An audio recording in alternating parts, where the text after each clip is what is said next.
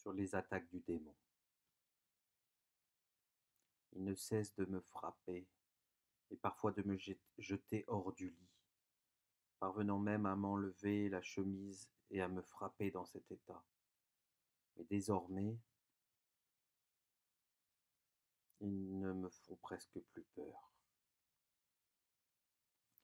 Jésus est toujours plein d'amour pour moi, allant même parfois jusqu'à me relever de terre et à m'étendre sur le lit. Je m'arrête. Jésus ne veut pas me permettre d'écrire autre chose.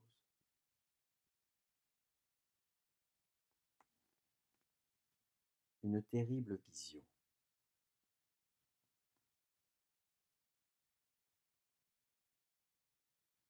Le 28 mars 1913. J'étais encore au lit quand m'apparut Jésus. Il était en, il était en piètre état et tout défiguré. Il me montra un grand nombre de prêtres réguliers et séculiers, parmi lesquels divers dignitaires ecclésiastiques. Certains étaient en train de célébrer, d'autres se paraient des vêtements sacrés, d'autres encore les enlever. La vue de Jésus en peine me causa une grande douleur. Ainsi je voulus lui demander pourquoi il souffrait tant. Je n'eus aucune réponse. Cependant, son regard se dirigea vers ses prêtres, et comme s'il était là de regarder, il détacha son regard et le leva vers moi. À ma grande douleur, je vis 2 larmes lui sillonner les joues. Il s'éloigna de cette multitude de prêtres, une expression de mépris et de dégoût sur le visage en s'écriant « Boucher !» Et se tournant vers moi, il me dit « Mon fils, ne crois pas que mon agonie n'ait duré que 3 heures, non. À cause des âmes que j'ai le plus comblées, je serai en agonie jusqu'à la fin du monde. Pendant le temps de mon agonie, mon fils, il ne faut pas dormir.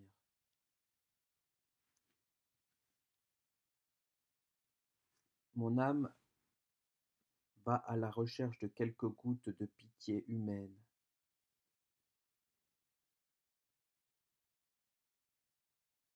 Mais hélas, je suis seul sous le poids de l'indifférence. Boucher, mon fils, ne crois pas que mon agonie n'ait duré que 3 heures. À cause des âmes que j'ai le plus comblées, je serai en agonie jusqu'à la fin du monde.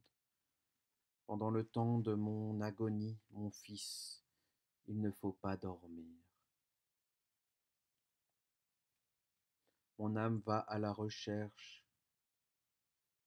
de quelques gouttes de pitié humaine. Mais hélas, je suis seul sous le poids de l'indifférence. L'ingratitude et la somnolence de mes ministres me rendent plus pénible mon agonie.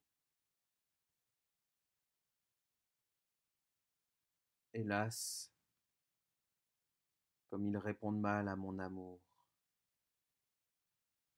Ce qui m'afflige le plus, c'est que ceux-ci ajoutent à leur indifférence le mépris et l'incrédulité. Que de fois j'ai été sur le point de les foudroyer si je n'avais pas été retenu par les anges et les âmes qui m'adorent. Écris à ton Père spirituel et dis-lui ce que tu as vu et ce que tu as entendu de moi. Ce matin, dis-lui qu'il montre ta lettre au provincial.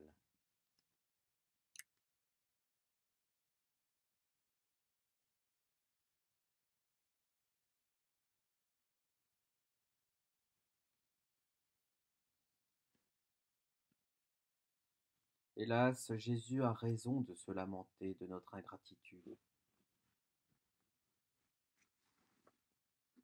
Combien de nos malheureux frères répondent à l'amour de Jésus en se jetant à bras ouverts dans l'infâme secte de la maçonnerie. Prions pour cela, afin que le Seigneur illumine leur esprit et touche leur cœur.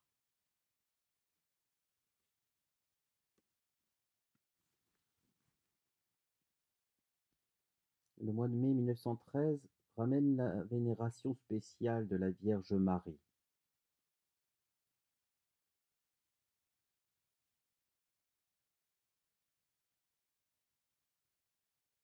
Alors, j'ai écrit le 6 mai 1913 les délicatesses qui confinent à la recherche, dont je suis l'objet de la part de celle que j'appelle la mamina, la petite maman.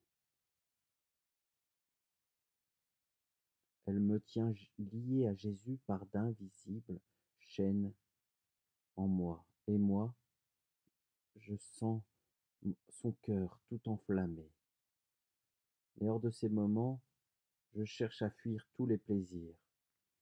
Et un immense plaisir remplit cependant mon cœur, au point de me rendre heureux et content.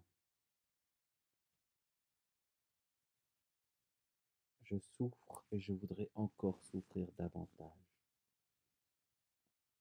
Je me sens consumé et je voudrais être consumé toujours davantage. Je désire l'amour seulement pour m'unir par d'indissolubles liens au céleste époux. Je désire aussi vivre pour souffrir encore davantage, car Jésus m'a fait comprendre que l'épreuve sûre de l'amour est seulement dans la douleur.